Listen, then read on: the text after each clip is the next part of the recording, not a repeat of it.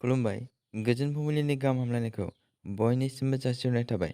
दिनै 22 सेप्तेम्बर 2023 इं मायथाइनि सानसेनि फानजामुथियाव थानाय राशिफोरखौ फरायथिंनो लाबाय। मेष राशि, गोजोन जागोन, रंजा बाजा थानो हागोन, नखराव बयबो मोजां जागोन। वृष राशि, नाजानायनि गाहाम फिथाइखौ मोननो हागोन, थांखिया जाफुंसार जागोन, जिउआव दावगानो हागोन।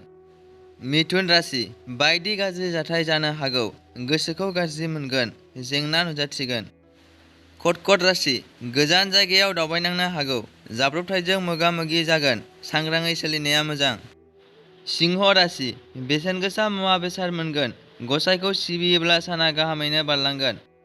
कन्या राशि, देहाया हरखाबै गाज्रि जागोन, रांखावरि खहा जासोगोन, रां दाहार लानो गोनां जागोन।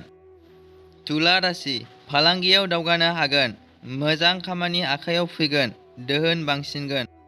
वृश्चिक राशि, रांखान्थियाव गोग्लैसोगोन, जेंना सोमजिगोन, दुखु दाहाजों साना बारलांगोन।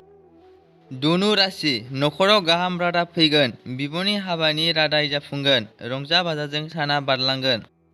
मकर राशि, मोजां खामानि मोनगोन, समाजाव मोजां मुं मोननो हागोन, बयनिफ्रायबो मान मोनगोन। कुम्भ राशि, गोनो गोथोजों साना बारलांगोन, रां खरसा जासोगोन, दुखु जानांनो हागौ। मीन राशि, जाब्रबथाय जानो हागौ, जेंना नुजाथिगोन, गाज्रि सान।